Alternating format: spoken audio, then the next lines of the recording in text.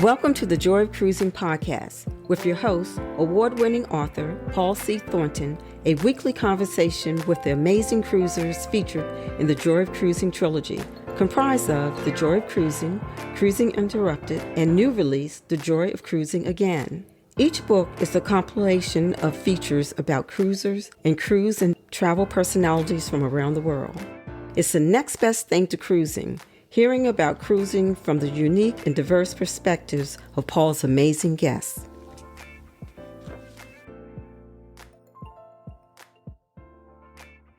Hello, passionate cruisers.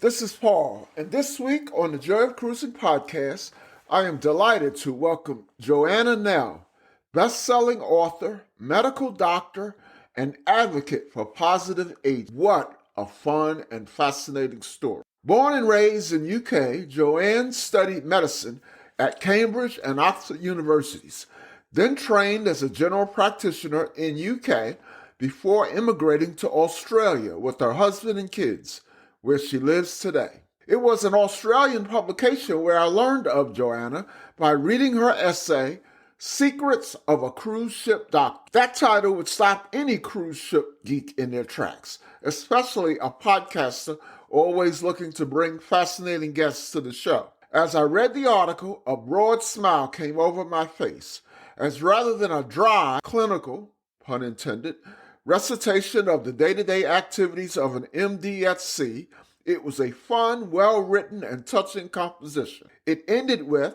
and though I wasn't expected to find actual love on the Love Boat, I did. A year after I left the sea, I married the second engineer. 25 years later, our son is following in the family tradition and is now a ship's engineer. Yep, I knew I had to reach out to Joanna. No wonder the article was nicely done. I didn't know at the time, but Joanna is a best-selling author, having written 5 novels. Her newest, Miss Winterbottom Takes a Gap Year, was just released November 1st, and Joanna is in the midst of a book launch tour and media events. So the Joy of Cruising podcast is especially fortunate for Joanna to take the time to chat with us. Welcome, Joanna, to the Joy of Cruising podcast. Thank you so much. I'm so excited to be here. How are you doing? Pretty good. I'm here in Sydney, Australia. The sun is shining. The builders next door have quietened down, so it's all good. Thank you.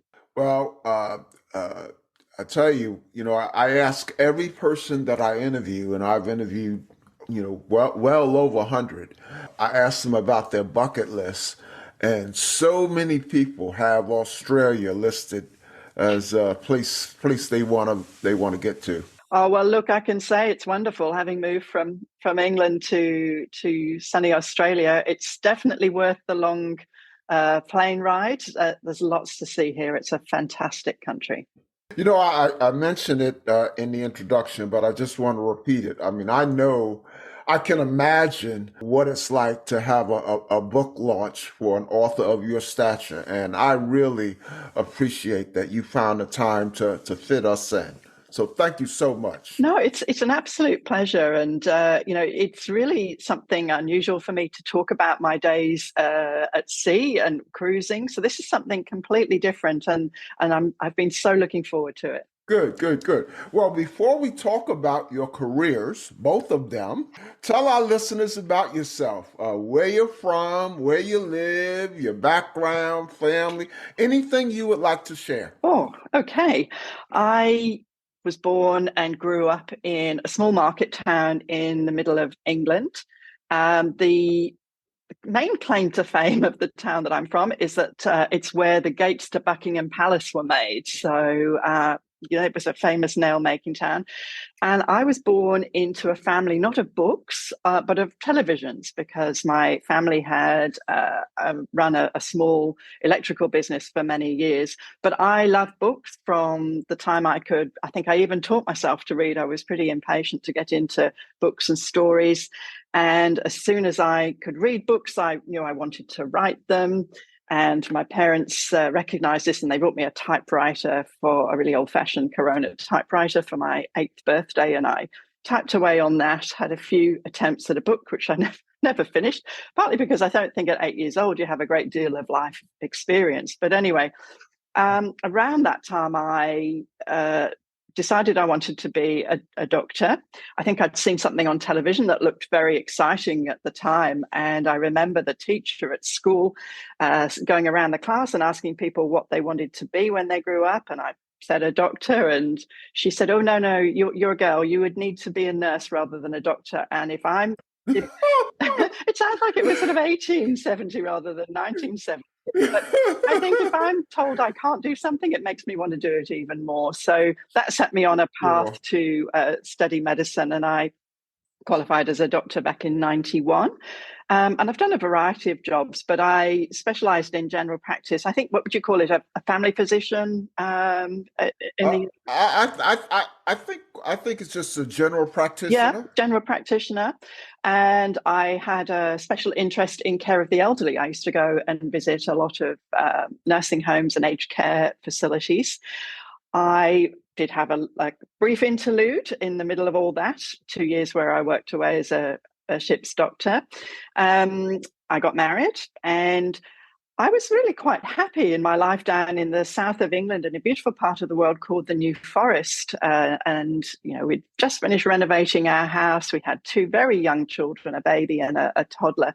And my husband came home from work one day and said, "Oh, the company want me to move to Sydney, to Australia." And I said, "Well, absolutely not.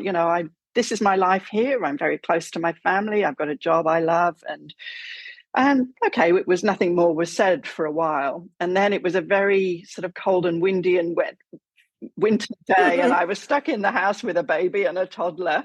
And when he came home from work, I think I'd had enough. And I said, "Do the office still want you to go to Sydney? Because, yeah, look, let's do it for a year." And that was in 2003. And a year turned into a 4-year visa. And of course, after 4 years, our children were my oldest child was in school. We'd made some wonderful friends, and we'd really fallen in love with the country. So 4 years, well, the initial year has now turned into 20 years. So we've been living just Hmm. north of Sydney on a place called the Northern Beaches, a really beautiful part of the world. And yeah, look, we're very happy here. Now, when you were living in UK, how far were you from Southampton? We were right in the middle of the country, so as far from the sea, ocean as it was possible to get. So, but nowhere is very far from anywhere in England. So we were about a 3-hour drive from Southampton. The only reason I ask is literally a few days ago, I booked my first cruise leaving out of and returning to Southampton. And I've written 3 cruise books, and I would say about a third. They're all like anthologies or compendiums Mhm. of fascinating cruises, and I would say about a third of the cruises that I've featured in the books are from various parts of UK. So I hope that when I go on that cruise, it's not until it's in Mhm. 25. I will reach out to all of my UK friends, and hopefully I can see a couple of them, before we board the ship. Oh, So. well, that's fantastic. We actually weren't living, the New Forest is very close to Southampton. So my daughter was born in Southampton Hospital. But I think there's Mhm. still there a Titanic museum. So if you get the chance before you board to visit the house, it's well worth a visit. Definitely, definitely. Now, how far is Southampton from London? About depends on the traffic. As the crow flies, well, not that far. I think a couple of hundred, yeah, maybe 150 miles. So about a 2-hour drive, an hour and a half Hmm. train Oh, journey. So okay. yeah, they used to do the boat trains used to come down from London down straight down to the ships. Yeah, Hmm. not Hmm. far. So, after 5 years as a junior doctor working 120-hour weeks, you decided to forego an opportunity for private practice and instead apply to be a cruise ship doctor. What motivated you to go that route? Oh, look, it's hard to believe that I think we did work such long hours back in those days. And, it was probably sheer exhaustion. I I would part of me wanted to run away to sea, and I think it sounds a very nefarious thing to do. So I wasn't running from the law, but I was sort of completely burned out after that, working all that time, and I'd had a failed romantic relationship, and I really just needed to sort of reset. And one of my friends, who was a doctor I'd worked with in my very first job, uh, said to me, "Oh, I've got a job on a cruise ship. You should consider." Doing that. And I sort of laughed it off. And then one day he came round and showed me some photographs from his time and made it sound so appealing. It was just what I needed at that time. I just needed to go away and reset and do something completely different. And yes, it completely changed the course of my life, actually, that decision to go away. Sure. And we'll talk about that. So, but how did your colleagues and friends and your family react? Well, my family were pretty excited, I think, because they could see the opportunity that perhaps they'd come on board as passengers. So I think they were quite excited about the idea. My colleagues were horrified. Um, You're doing what? I think it was seen as something that really was at the time, very frivolous. It wasn't seen as a specialty in itself. I think it was just seen as just a holiday job, really. And I was told it would be career suicide. There's no way that you'll be able to come back from that and get a job. No one will want to employ you if you've taken time off to do that. As an aside, when I did come back from that was the thing I think that stood me out in the interview for the first practice that I went to. They were absolutely fascinated by that experience. And I think that, in some ways that was the thing that actually got me the job. But no, I was warned off it. The friends, I think, were sort of, again, most of my friends, I think, were probably doctors and medics around that time. So they were all really sort of quite shocked by my decision at the time. Now, you say your family was supportive because, you mentioned something about maybe they could come on the ship. Did that ever happen? It did, yes. After a certain period of time of working, you were allowed as an employee to have a family member come and cruise at a certain discounted rate. And although my father wasn't particularly interested, he's not a traveller, my mother couldn't wait. And she'd really never been out of the UK very far. And the next thing is she was on a plane to Puerto Rico to come and join us. So she became suddenly an intrepid traveller and, went through the Panama Canal and, just saw a whole new part of the world that she'd never seen before. So, and she loved dressing up at night. She loved, putting on a nice frock and all that went with cruising. And, I was allowed to go out on decks with her and she just had a super time. Oh, that sounds wonderful. So she had not cruised before she came to join you? No, definitely not. I don't think she'd ever been on a ship, and she'd say she'd barely been out of the country. So is it fair to say when you went off to become a cruise ship employee, you had not cruised either? Never. I had no idea. Wow. Talk about a leap of faith. Wow. I had no idea what I was letting myself in for. I didn't even know that I got very seasick either, because I'd never been on a big ship other than a ferry maybe between the Greek islands. But I think, I was jumping into this feet first and I thought whatever came with it, I'm just going to go with that. So I couldn't believe the size of the ship. And it wasn't a big ship that I was joining either. I remember flying out to Singapore to join the ship and just looking at it on the dockside and being completely overwhelmed. But it was like stepping into a fantasy land for me. I was going to ask you, were you anxious about seasickness? I don't think I'd thought about it beforehand. I assumed that would be the bulk of what I would be treating as a doctor. Very wrong there. But I think I'd underestimated how seasick I would get.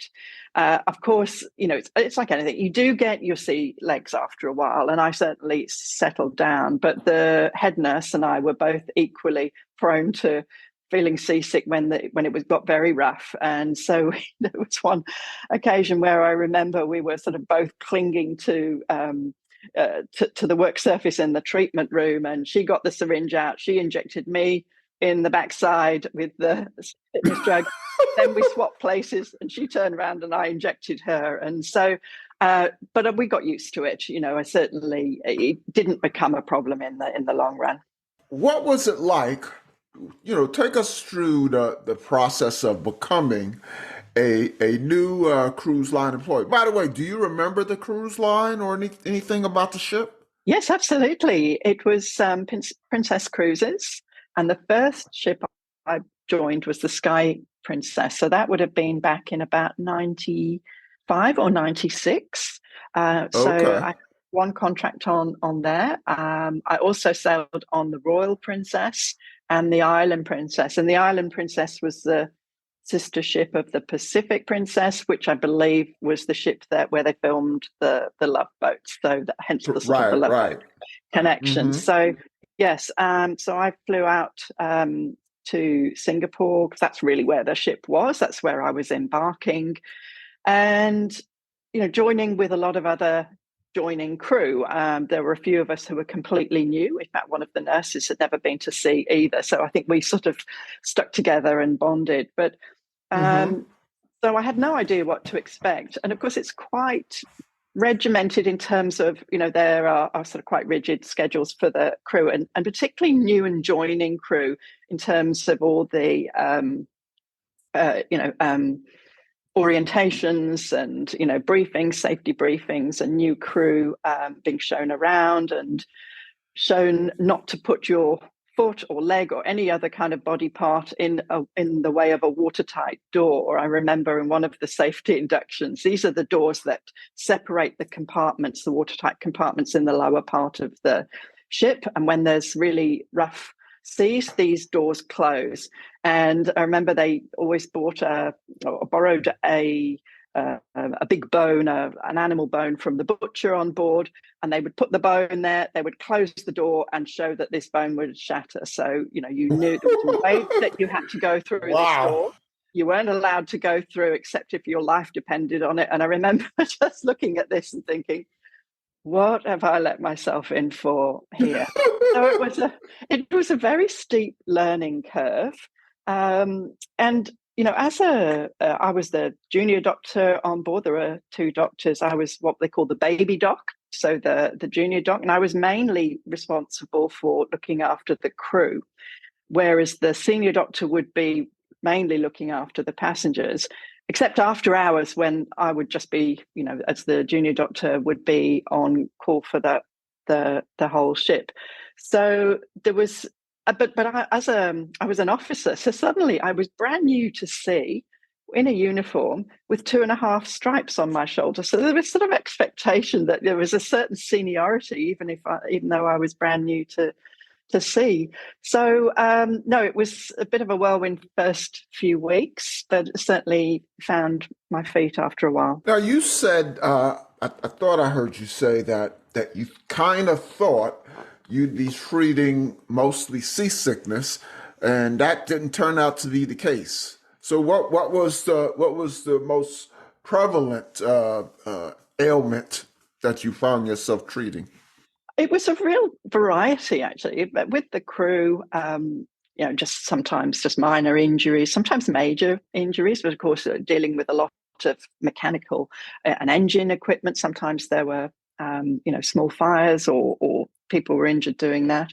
But it would often be just very similar to what I was doing as a GP. There were, when it was rough weather, there were a lot of seasickness cases. Very occasionally, if we were unlucky, there would be an outbreak of either a respiratory virus or a gastrobug. Those, unfortunately, are, a fact of life at sea. Occasionally, they do happen. Mm-hmm. But all sorts of things. Because if you think about it, you have at that time 2,000. That's actually quite a small ship by today's standards, isn't it? But 2,000 Mm-hmm. people from all different walks of life, of all different ages. So the medical problems that come with them could be absolutely anything at all.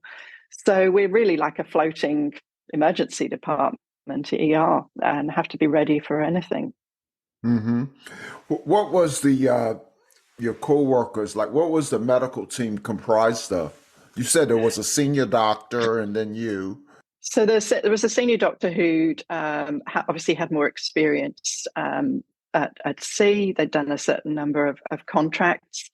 And this was on the ship that I was on. I believe some of the larger ships have bigger departments, but on a ship where there were 2,000 passengers, such as on the Sky Princess and the Royal Princess, there were two doctors, as to say, a senior doctor and a baby doc, and there were 5 nurses as well. And what surprised me, well, that shouldn't have surprised me really, were how experienced and the staff were there. The nurses, sometimes they were highly trained. On one of the ships, on the Island Princess, it was just, being a very small ship, I think only about 600 passengers on there. There was just myself and 2 nurses, and both of those nurses were highly skilled intensive care nurses with a lot of experience, and that gave me I felt very secure knowing that I had a great team on board. The hospital was very well equipped, surprisingly so, actually. They had all the latest resuscitation equipment. There was equipment for doing blood tests, blood analysis. There was an X-ray machine on there, and the hospital was laid out so there'd actually be several beds, a treatment room. There was a ventilation or anesthetic machine. And we were sent on all the best courses, so everybody was up to date with their Mm-hmm. trauma and life support. There was a fully stocked pharmacy there, so it really had to be a very self-contained unit. And we, came to work very closely together. And I've made lifelong friendships. I'm still in touch with some of those. And in fact, one of the nurses I work with is a godmother to one of my children. So Mm-hmm. we worked very well together, and that's good. You had to work in a team because sometimes there were emergencies. It could be very quiet when there's not very much going on, but we could also be very busy, and we could be dealing with some very sick people. Yeah, I want to ask you about one of those emergencies that you mentioned in the article that introduced me to you. But before I get to that, say a little bit about you hadn't cruised before. How did you find the ship and the accommodations, the amenities? These days they're like floating resorts. I'm sure they were not too much different back then. Yeah, look, I was very fortunate to have my own cabin, and I know a lot of the crew have to share cabins. So the cabin was very nice. It was very adequate. On some ships, I had a porthole. Other ships, no, it was an inboard cabin, but that was fine. I didn't spend very much time there. The ship itself, even though, I say, it would have been a relatively small ship now, looking at some of the newer ones, I found the biggest problem was finding my way around. I got lost so much to begin with, which is all very well. Yeah, there's always people to ask. I would be clinging to my little pocket map, trying to find my way around. Not so good when there was an emergency and I needed to get somewhere quickly. But luckily, there was always somebody who would sort of point you in the right direction. So I would see both sides. I would see behind the scenes. I would see down below decks, the crew areas, and I would be out partly in the passenger areas too. So back then, I was allowed to use the passenger buffet, and we would. One of the best things about my job, actually, looking back now, was that officers were expected to host passenger tables in the dining room in the evening. Then I don't think that happens now. I think people would complain if they're having to eat with the staff or the crew. But then it was considered something special to have an officer at your table. And I met some fantastic people, some really interesting people from all over the world, from all walks of life. And and often there would be people who didn't know each other sitting around the table, and my job, I suppose, was to host it and buy the wine and help each other, people to get to know each other. And I would do that on formal nights. One of my favorite things to do on the ship was when everybody was getting ready for dinner, first eating dinner. So I would have finished maybe my clinic at sort of 5 or 6 o'clock, would be to just get into my gym gear and walk circuits of the deck at night, the boat deck. Mm-hmm. Just as the sun was going down, I'd just walk around there, just listening to the sound of the waves and everything. And that was a really lovely way to end the day. So the facilities, I was in a fortunate position that I was allowed to use those and the gym too, and of course all the bars and things. So it was just another world to me. It was like at times feeling like one long holiday. At other times, not so much. Now, when you weren't on duty, did you go on many excursions, or did you leave the ship much? Yes, look, we used to take it in turns. We'd always have to make sure that there was a team on board for any emergencies, but there was also plenty of time to go on, to go ashore. So, and I was very fortunate to do a very diverse cruise itinerary. I went to most places in the world in 2 years, except for Australia, actually, funny enough, which is where I ended up. So I used to volunteer to escort shore tours, and that was a fantastic way to see a lot of the world. So we've been to all sorts of things. I've been to the ballet in St. Petersburg. I went horse riding in Costa Rica, snorkeling in Florida. These are the most amazing things, landed on a glacier in Alaska in a helicopter, things that I would never have done if I'd stayed at home. I look back now and I think, what an incredible experience it was. It almost doesn't seem real. I look back at some of the photos, and so that time off was very special. And, it could make up for very intense periods of work where we could be really working 24 hours a day for several days in a row if we had a very busy clinic.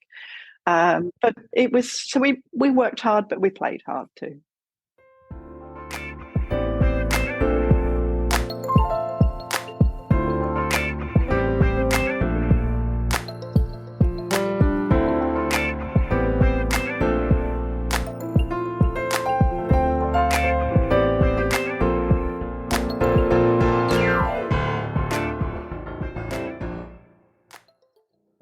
Well, speaking of those intense times, I recall reading a couple of anecdotes. Some were very funny, but some were quite moving. And so first. Let's talk about the evacuation in the middle of the Panama Canal.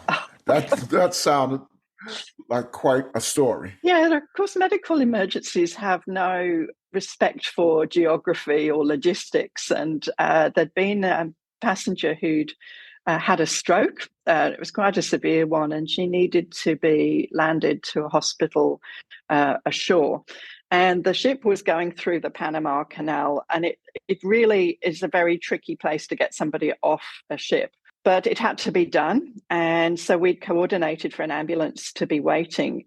And so we had to wait for the ship to rise in the canal in one of the locks until the gunport door, which is where you sort of enter and exit the ship, was level with the dock side.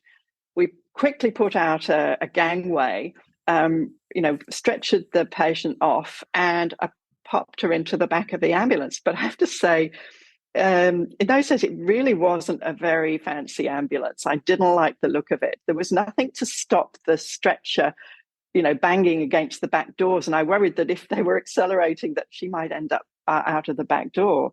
So I climbed into the back with her, and, she was quite anxious. So I sort of held her hand, and we went in a quite sort of bumpy, rickety ambulance back over to Panama City, where thankfully the hospital was really lovely and modern, and I was Good. very confident to leave her there in very safe hands.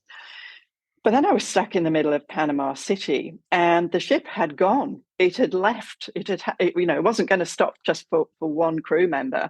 So it had already sailed off and into the open water. And I was left down at the dockside in Panama City. And this is a place you don't want to be as a young woman in a white uniform, carrying a bag full of what is essentially sort of medical drugs, medical heroin, etc. It was getting dark. Uh-huh.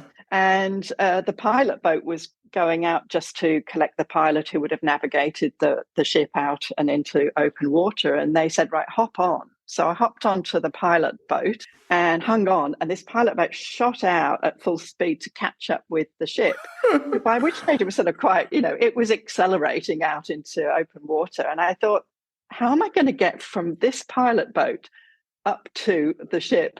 And suddenly this rope ladder, I think they call it a Jacob's ladder, it just flew over the side and down. And the ship didn't stop. And the pilot said, I don't know how many knots we were going. And they said, well, you've just got to climb up. So I got and in those days, the uniform was quite tight. So I had this sort of quite tight white skirt on, totally inappropriate shoes, and a bag full of heroin. And I somehow had to get back up to the ship. So I just thought, there's nothing for it. I just had to hoik my skirt up, not look down, and just hope for the best. And so I climbed up there. And what I didn't realize was that there were people all around the deck watching, filming me. And when I got back on, there was this big cheer and a round of applause for having scaled up, which was essentially that at the side of I don't know how many story building. So that was quite an adventure. I'll bet. Well, you can tell me when you went back to practice. What should I say? Traditional medicine. Were people like spellbound listening to these stories like I am right now? I don't think people would believe it, and I don't think my colleagues would have believed half of what we had to do there. It certainly for a while, ordinary practice seemed a little bit dull, but I quite enjoyed the challenge of being independent. You had to be very resourceful, I think, when you don't have, a hospital attached to you or specialists or second opinions. And there was another patient I remember who was having a gastrointestinal hemorrhage, and they needed a blood transfusion, and there's no way you can get fresh blood out in the middle of this was of course in the middle of the Atlantic, so it was 2 days in either direction of sailing to land, too far to get a helicopter or a boat out. So we had to really, use our initiative to save this patient's life. And we did keep a record of different blood groups of the crew members back then, and there were facilities to do the blood typing to check the blood type of the patient. And of course, they happened to have one of the most rare blood groups, and so you can give O negative blood in certain situations, but it's in emergencies. But it's better to give proper cross-matched blood if you can. But there was one crew member on board who had the same blood group, and that was the bellboy. And I remember, I can't remember his name, I'll call him Emmanuel, and he was a young Filipino chap. And I remember going to grab him by the collar and hello, how would you like to save a life today? And he said, oh, yes, ma'am. So I said, come with me. So we took a unit of blood out of Emmanuel, the bellboy, and we cross-matched it and checked it for certain viruses, and we transfused the patient and saved their life. Wow. You should write a book. I'm kidding. You've written 5, or no? 5, is it yeah. 5? Right? Yeah. So those are some fabulous stories. What's your most, if not one of those, what's your most memorable recollection of being a cruise ship doctor? I think the most poignant experience I had was when we were called to a cabin, and I think it was a Canadian man in his 70s or 80s who'd had a cardiac arrest in his cabin. And the team were there. We were there within 3 minutes of that. We were able to give him, resuscitate him, and we were able to land him it was in India. We were in Cochin in India there. And again, a similar situation. This time the nurse went with him to the hospital, and I said, look, if the hospital's not up to standard, bring him back on the ship and we'll take him with us. But when she got to the hospital, it was fantastic. So, I never heard again, or I didn't think I was going to hear again about him. I knew that we'd, resuscitated him. And I got a letter about 3 months later from this passenger saying, thank you very much for saving my life. My cardiologist said that if you hadn't been there within the time you were, that I wouldn't have made it. So we were able to give him the clot busting Wow. drug that everybody had at the time for heart attacks. And I just thought what a privilege it was to do that job, and how far from just treating seasickness that we really were able to save somebody's life. Wow. Wow. Wow. Yes, that is very poignant. Let's shift a little bit from the medical aspect of your job. I think I saw somewhere in your article, and maybe I'm making up these words, but something like finding love on a love boat. Yes, I did. Yeah, so I ran away to sea to escape, a failed love relationship, and I ended up finding love on the Love Boat. So it was on my second ship on the Royal Princess that I met John, who's now my husband. He was the second engineer, and look, he was a very tall, attractive man in a uniform. So there was that instant appeal. But he was actually had his parents on board. They were traveling as passengers. And what impressed me most was that how he treated his parents. He introduced them to everyone rather than a lot of the engineers would sort of end up just sitting at the bar, talking amongst themselves. But he came round and introduced his parents to me. And I thought, well, there's something special about him. Things happen very fast on a ship. You're living and working in very close proximity. So I suppose what would be a normal courtship was condensed into a few weeks. And even though we were then separated on Hmm. different ships, for the next 6 months, we kept in touch via fax and telex and ship-to-ship satellite calls. And yes, to say we've been married 25 years now. I can kind of relate to that. Things happen very fast on a cruise ship. I have someone who's going to be on the podcast in a few weeks after you, and like you, she found love on a cruise ship, and I wrote about her in my last book, and there's a quote in the book. I can't remember the exact words, but she just says, "Yeah, we found love in the crew bar." She was Oh, she yes, was yeah. very matter of factly about it, and but it was a touching a love story, as is yours. So Plenty of our friends. We have lots of couples who met on ships as well, subsequently married and have stayed together. so let's shift gears and let's talk about being a best-selling author. So Joanna, talk about becoming a writer. Well, it happened. I mean, literally by accident. I had always wanted to be a writer since I was a small child. As I said before, I was in love with books and stories. I was sort of quite a shy child, and had trouble making friends when I was small. And so I kind of lived for books. I was that kid in the library at lunchtime. But going through medical school, working as a doctor, particularly I was a full-time GP, a working mother. My husband worked away quite a bit. And so all through my later adult life, I never got a chance to even explore being a writer or even doing writing for any pleasure. And then it all came crashing down. I had an accident bowling. Now I know this sounds. I had it was actually a freak accident. I went 10-pin bowling, and I'd never done it before, which is probably quite hard to believe. And nobody told me you shouldn't put your foot on the shiny bit of the bowling alley. And I did. And I did the splits for the first and only time in my life. It was like I'd been shot in the back of the leg. My hamstrings pinged off my seat bone, and I was sort of carried off in a fireman's lift. And to cut a long story short, I had to have surgery to staple them back on again.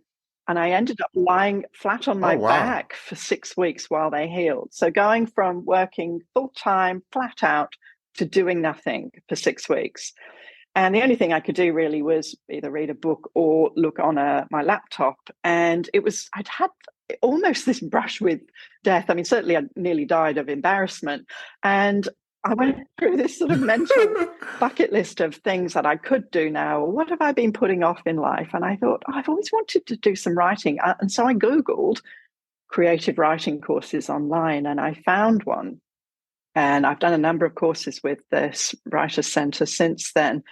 And it just made so much sense to me. As soon as I started writing these little exercises and short stories and things, it was like a piece of me, that final piece of the puzzle that put together. And I realized that this whole time through my adult life, my creativity had been ignored, had never been given an outlet. And this finally felt so right to me. So I started, I threw myself into it. I wrote short stories. I entered them for competitions. I went to workshops and writers' festivals and read craft books. So I went at it sort of quite an academic way. I didn't do a master's of creative writing or anything formal, but I sort of put together my own, writing course. And my first novel is still in the bottom drawer. That didn't get published. But while I was writing and pitching that to agents and publishers, the idea for my first novel, which is The Single Ladies of Jacaranda Retirement Village, came to me. And it was around the time, I think, where publishers were starting to look at maybe taking on stories about older characters. So I think I just hit the zeitgeist at that time. And so I became, to my great surprise, a published writer at the age of 52. And life has really taken off since then. Now, was that first book, was it informed in any way by your experience as a doctor or as on cruise ships? The first book, I think, was inspired. They often say to beginner writers, write what you know. And at that time, what I knew, I was working in a lot of retirement villages and nursing homes and with more elderly patients. And so I was hearing their stories. And suppose it would be natural, even though it was a subconscious thing, that the characters I was starting to write about were older characters. They were more mature, more senior characters. And as a writer, this is a gift, really, to have a character who's had a very rich life, whose backstory is very layered, and they bring with them all their wit and wisdom and life experience. So these are far more interesting characters to me, than a lot younger ones. My second book, the first one, was set in a retirement village featuring two childhood friends, Peggy and Angie, who'd been friends when they were at primary school together, who meet again later when they're both turning 80 in a retirement village. The second book, The Last Voyage of Mrs. Henry Parker, the title might give a clue. That is actually set on a cruise ship. When I was away at sea, there were so many experiences that I had, so many thoughts, feelings, and anecdotes. And I'd always kept a few notes and thought that maybe one day I might write a memoir. But since I seemed to be far better at writing fiction. And the second book, The Last Voyage of Mrs. Henry Parker, is based a lot on my experience as a ship's doctor. Mrs. Henry Parker, or Evelyn, is a retired nurse, and she's married to Henry Parker, who is a retired ship's doctor. And sort of inspired by stories I read about seniors who realize it's cheaper and far more pleasant to go and live on a cruise ship than in a nursing home, Henry and Evelyn have decided to go and live out their twilight years on a cruise ship. And because if you think about it, you have beautiful food every day, you have all your entertainment, you have a little chocolate on your pillow every night. So why wouldn't you? But the story really was also inspired by remembering a lady who was very confused on the ship. Often people were sort of left on a ship when they were medically maybe shouldn't have, and taken out of their normal environment. Things like dementia and memory problems would sort of come to the surface. And I remember this lady wandering around, looking very lost, looking for something. And I recalled that, and I thought, I wonder if she's lost her husband, if she's looking for her husband. So the story is the story of a woman who lives on a cruise ship, who one day can't find her husband, and she must go around the whole ship trying to find her husband. And look, it's not a spoiler to say she's living with a a memory issue. And to find her husband in the modern day, she must go back to her earliest days when she first met Henry, which was on in 1953 when she sailed from London to Sydney on one of those original liners. So it's a love story between a husband and a wife, and set on a ship, and an old ocean liner in the 1950s. There's a lot of interest actually in retiring on ships, or using a ship in lieu of or in place of a retirement home. I did a podcast episode. It was called Living on Cruise Ships. And it is about a couple who chose to do that. And it is in, I think, the top 4, of all the podcasts I've done. I mean, it's very, very popular. And I found out about this couple because they were on, they were in USA Today and the Miami newspaper. I forgot the name of it. So they were covered a lot in the media, and I just reached out to them, and it's turned out to be a great podcast. So yeah, I think that's a timely yes, I story. must listen to that episode. Yes, and there were certainly a couple I remembered even from back then who seemed to spend most of their time living on a ship. So, and of course you have your medical centre on hand. You have the doctor 3 minutes away. So makes a lot of sense. Now you just published your newest book. Say something about that, and then tell our listeners who are readers, how they can get your books and how they can follow you if that's a possibility on the internet and social media. Oh. Yeah, so my latest book is called Mrs. Winterbottom Takes a Gap Year. You might note this also has quite a long title. I think it's part of my brand. And this is exploring retirement through the eyes of a woman who is not dissimilar to me. She's a GP who is just on the verge of retirement. And she's retiring with her husband, who's also, they've been in practice together. They're both doctors, been in practice. They're both retiring together. And they've been very busy coming up to retirement. They haven't really had a discussion about what they want to do after they retire. And on their first morning together, they sit down and she says, I want adventure. I want new experiences. I want to go off and sail around the Greek islands. And he says, well, I don't. I want to stay at home and turn the garden into a vegetable plot and keep hens and become self-sufficient. And it's really looking at this dilemma, this crossroads in a marriage, a long marriage, in which suddenly you have a limited amount of time. You've got the next 20 years of retirement to enjoy. Does Heather stay behind and watch Alan grow root vegetables? Or does he tag along as excess baggage on her Greek odyssey? Or do they both do what they want, but separately? So this is a story about a woman who's, I think it's a little bit of a Shirley Valentine story, but I won't spoil the ending there. All right. Where can you find the books? They are published in Australia, New Zealand, and the UK by Hachette, but they're available in the US and North America through Amazon or Barnes and Noble. You can order them online, and they're available in an ebook and paperback and an audio book. And if you want to find out more about me, about the other books, about my writing, you can look me up. I've got a website. It's www.joannanell.com. You can also find me on Instagram and Facebook, Joanna Nell Writer.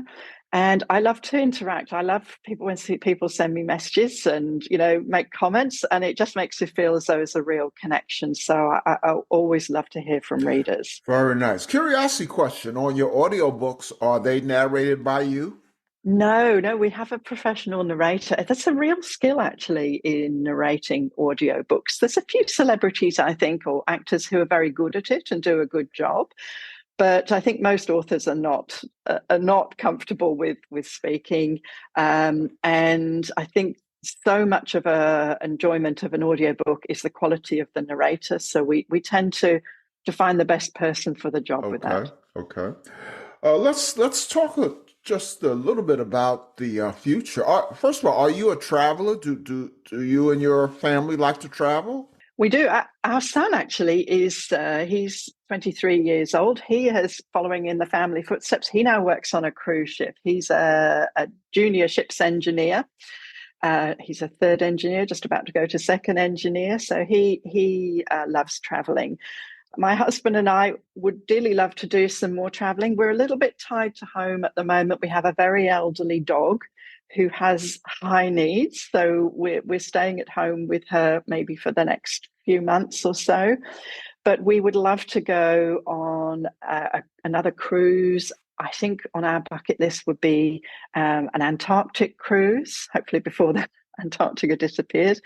And I have always wanted to see the Northern Lights. So I would love to go up into the Norwegian fjords. I don't know if you've ever seen that or had that experience, Paul, No, but that's my bucket. it's booked. In fact, if you recall when I mentioned that I would be cruising out of Southampton, that's where we're going. Oh, I'm so envious. How wonderful. So then you've cruised since you left cruise ships, right? Have you cruised with your son before? Not with him so far. We did when he was younger. So we've been on several cruises as a Mm-hmm. family. What a great holiday for a family to, so much for the kids to do. They can be independent. They can enjoy the pools and the entertainment and things while the parents can get to do their own thing as well. So we've made many times as a family. Okay. Yeah. So looking forward to maybe doing some slightly different cruising as a Mm-hmm. couple in years to Now come. you mentioned bucket list. What's on your bucket? I think you mentioned the fjords. What else is on your bucket list? Oh, um, I think I would like to do some more sailing. I think I would love to go back. My last book is half set in Greece and the sailing around the Ionian. And we did have plans to retrace that steps for our 25th wedding anniversary that was unfortunately put on hold by the pandemic.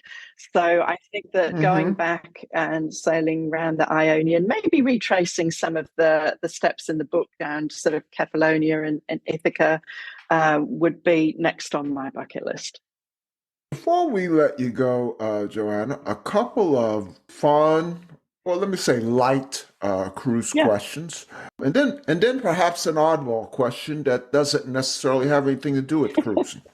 So the first question, it's kind of an easy one. It's really for me to get some ideas. I cruise a lot, Mm, and almost everything that I drink, I get recommendations, mhm. and I try some foods because of recommendations as well. So, what's your favorite cruise drink and cruise food? Wherever we're cruising, I try to do something that's local. And I love, if we're cruising around a country, I want to eat the food and experience the something that's local and special to that country. Back when I was working on a ship, um, my go-to, I developed quite a taste for Zinfandel, the Californian wines. They were my go-to. Mm-hmm. We don't in Australia. We produce a lot of wine, so we don't import a lot. But I have very fond memories, and I tend to drink just Australian wine now. But I have very fond memories of the Californian wines that I used to order for my table when I'd be entertaining. And cruise ship food. The funny thing was that after being at sea for 2 years, not continuously, of course, but having eaten nothing but all that beautiful, rich, and varied food, if somebody said, "What would you like to eat?" Could you please just grill me a plain grilled chicken breast? And that was all I was craving, was just something completely bland and plain. So you can have too much of a good thing, is what I'm saying there. Okay. The next question. Now, you answered when I think I asked you your most memorable recollection as a medical Yep. doctor, but this is just cruising in general. So, what's your most memorable or funniest or even most embarrassing cruise or port experience? Oh, there's so many. I've tried to put a few of those fictionalized into The Last Voyage of Mrs. Henry Parker. But I think one of the most embarrassing things that had happened was, look, it wasn't all work and no play, shall we say, back in those days. I think things have changed now, and a lot of ships are dry ships, and parties below on crew decks are not as encouraged or even allowed anymore. But back then, look, crew parties were a thing. We had an officer's wardroom, and there would be themed parties, whatever was going around. And also had alleyway parties. So there would be several cabins open on an alleyway, and people would mix, the crew would mix. We were one big family. It was part of that sort of bonding thing. Mm-hmm. But I remember telling a little white lie to the table that I was entertaining one night, and saying that sending a message saying I wouldn't be able to come to the table that night because I had a medical emergency. And I was caught in an elevator. The doors opened of the elevator. I was carrying a case of beer going down to one of the alleyway parties. And there were my entire table waiting to get to the and they just looked at me and went, "Oh, a medical emergency." I must travel that down. I just thought that'll just teach me. Oh, that's funny. Finally, Joanna, you have a large following. Welcome to the Joanna Nell readers and friends and family and fans listening. We hope you have enjoyed what you have heard at the Joy of Cruising podcast, and will come back to listen to future or past episodes. Share one thing, Joanna, that my listeners and your readers and friends and family don't know about Joanna. That's opening up a can of worms. There's one story that I grew up telling everybody, and I was incredibly proud of, was that I'm of Spanish ancestry. My maiden name before I got married was Spain, and not Nell. Nell is my married name, my husband's name. And I had grown up with the story that my ancestors had come on the Spanish Armada, and they had been shipwrecked off the coast of England, had swum ashore and integrated. And I dined out on this story for a long time. And then my husband, a couple of Christmases ago, bought me one of these Ancestry DNA kits. And when it came back, it was a big disappointment because I had zero Spanish blood. It was mostly English, Welsh, Scottish, Irish, no Spanish at all. So I apologize to all those people I told that story to. I actually just keep it a secret. I don't have any Spanish blood at all. Joanna, it has been wonderful to chat with you. Thank you for coming on the Joy of Cruising podcast, especially, and I said it before, but especially at this busy time for you. Thank you so much, and all the best in your writing career, and especially with your new book. Well, thank you so much, Paul. I look forward to you announcing it on Facebook. I think we're Facebook friends. That's right. I look forward to the announcement on Facebook that you've got another bestseller on your hands. Thank you. Well, thank you so much for inviting me on the podcast. It's been such a pleasure to have a little trip down memory lane, or whatever the ship's equivalent of that is. So thanks to you and all your listeners. All righty. Well, as they say, I will see you on the ocean. Yes to that. The Joy of Cruising and Cruising Interrupted, each $16.99 plus shipping, and new release, The Joy of Cruising Again for $18.99, can be ordered at the link on thejoyofcruisingpodcast.com. For each of the 3 books, use the discount code Joy of Cruising Podcast and get $4 off. The Joy of Cruising books are also available at Amazon. Order the ebook at Amazon or your favorite online retailer. Stay in touch by joining the Joy of Cruising Podcast Facebook group or following the Joy of Cruising Podcast on Instagram. We're constantly adding new shows. Please leave a review and tell a friend about us. We hope you enjoyed this brief escape to the ocean. See you next week.